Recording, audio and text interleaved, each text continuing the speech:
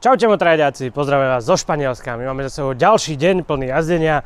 Tentoraz sme ho strávili v sedle tejto mašinky, ktorú tu mám vedľa seba. Je to QE motor SRT 600 SX.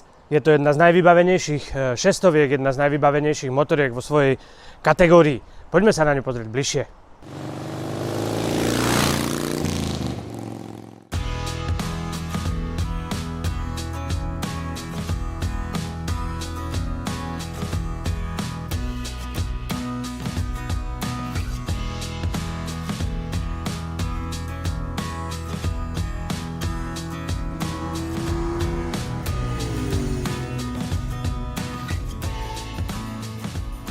Motor čiastočne poznáme, už pred 2 rokmi sme ho testovali v tom naháči, ten test si môžete takisto pozrieť.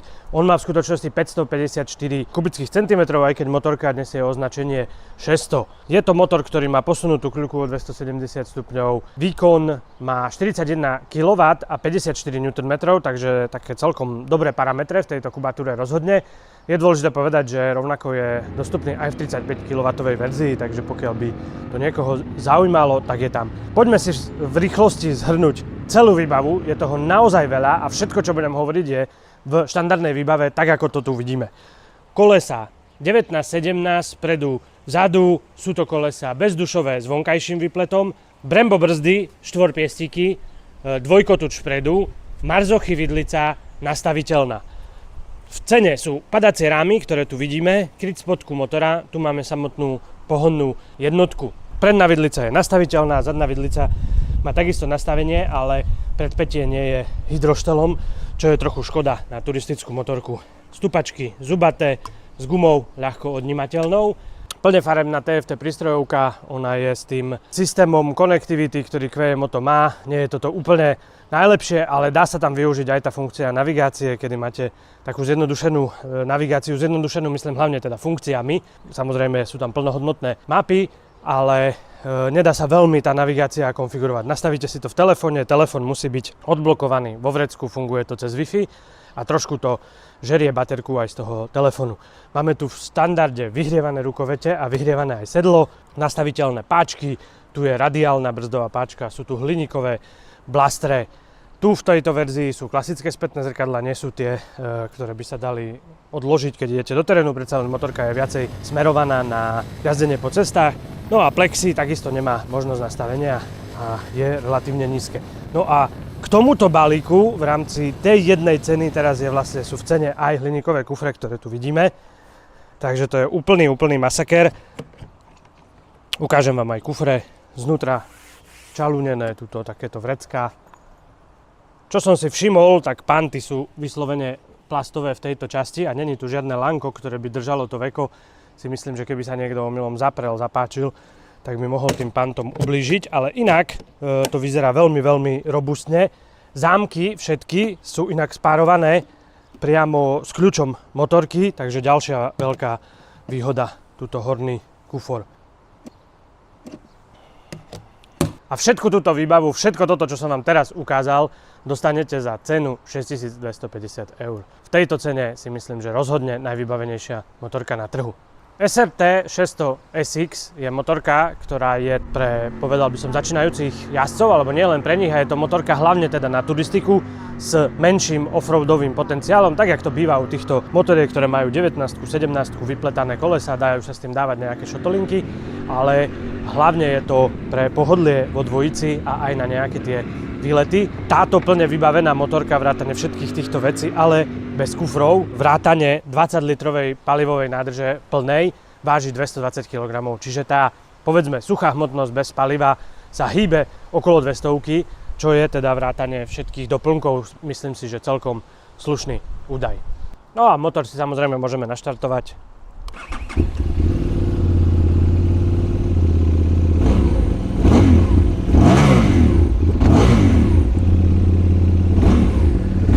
Je ešte studený, keďže natáčame ráno. Ale musím povedať, že z tej koncovky výfuku veľmi príjemný zvuk. A čo som ešte nespomenul, teraz som zbadal 12V zásuvka a obidva typy USBčka samozrejme takisto v tejto motorke štandardom. Takže plne vybavená motorka s možnosťou širokého nastavenia za veľmi, veľmi priateľnú cenu. Pred 2 rokmi, keď som tu bol, tak som testoval toho Neo, takého retro naháča. Ten mal veľmi podobný motor, ale tým, že to bola motorka s minimum vlastne výbavy, totálne osekaný naháč, vtedy sa mi veľmi, veľmi páčila a bolo to jedno z najlepších jazdení. Je to podobné ako Rebel alebo Eliminator, podobný štýl motorky, ktorý si vlastne v zákrutách užívate. Samozrejme, ak chcete ísť na turistiku, tak to nie je celkom najlepšia motorka. Nie je ani najpohodlnejšia a nemáte veľmi kde dať spolujazca. Preto som rád, že som si teraz mohol vyskúšať aj túto adventure verziu. Treba povedať, že ten motor je inak spravený. Tu má posunutú tú kľuku o tých 270 stupňov, kým ten naháč mal 360 stupňové to pálenie. A samozrejme je tu kopec výbavy navyše a tým pádom aj hmotnosť. Samozrejme veľká nádrž 20 litrov. Takže tú motorku jednoducho je cítiť trošičku ten nárast hmotnosti, ale nie je to nič hrozné. Úplne bez problémov je to stále motorka plus minus 200 kg, ktorú si bez problémov aj potlačíte niekde a tak ďalej. Je to motorka, ktorá má príjemne nízko sedlo, takže si myslím, že bude dobrá aj pre začiatočníkov a dokonca možno aj pre baby. Čo sa týka samotného jazdenia, ten motor je taký dospeláckejší, je veľmi porovnateľný, dokonca by som mohol povedať aj, že lepší ako niektorá jeho konkurencia. Podobný veľmi charakteru a prejavu CB500X, respektíve po novom NX500 od Hondy. Potom je tam kopa ďalších konkurentov v tej 500 kubikovej kubatúre, vrátane aj čínskych. Samozrejme aj Kawasaki tam má svojho zástupcu, teraz v prípade novej KLčky a podobne. Takže tým, že tento motor je 550 v tom odblokovanom stave s tými 41 kW je veľmi výkonný. Prejavuje sa veľmi dospeláckým takým dojmom, keď človek presadne napríklad z tej 450-ky, tá je taká hodne točivá, ten motorček nemá toľko toho krúťaku, tu je to oveľa lepšie, dá sa jazdiť na vyšších kvaltoch a veľmi pekne dokáže potiahnuť aj túto motorku. Jazdili sme s touto plnou výbavou aj zo zákrut, takže také dospeláckejšie jazdenie a myslím si, že táto motorka aj lepšie zvládne jazdu vo dvojici. Inak, čo sa týka ovládania zájazdy, veľmi dobré, taká agilná, je na menších kolesách, takže sa do tých zákrut bez problémov vrhá. Podvozok, nemôžem na neho povedať absolútne nič zlé, je nastaviteľný, ale bol veľmi príjemný. Trošku sa mi zdalo, že predok bol mäkšie nastavený, keď som išiel po brzde, tak sa to trošku ponorilo, ale je treba povedať, že tá brzda s tými veľkými kotúčmi, štvorpiestikmi je fakt akože veľmi účinná. To jemne zatlačíte jedným prstom a krásne tá motorka spomaľuje. Motorka teda dokáže potiahnuť aj v tých stredných otáčkach, ale má aj športový charakter. V zákrutách sa dá na nej veľmi, veľmi dobre vyblbnúť a zajazdiť si. Čo sa týka toho, že to je nejaká adventúrka, tak samozrejme som vybehol aj trošičku do terénu. Možno som nešiel do takých extrémnejších tých potokov a strmých výjazdov aj v rámci toho, že som mal kufre, ako som si dovolil na tej 450-ke, ale také tie šotolinové cesty, všetky možné odbočky, nejaké výjazdiky, ktoré som zbadal okolo ciest, táto motorka zvláda veľmi, veľmi dobre. Aj ten postoj v stupačkách, ja mám tých 182 cm a v sérii môžete si všimnúť úplne v poriadku, žiadne zvyšovanie riadidiel ani iných vecí.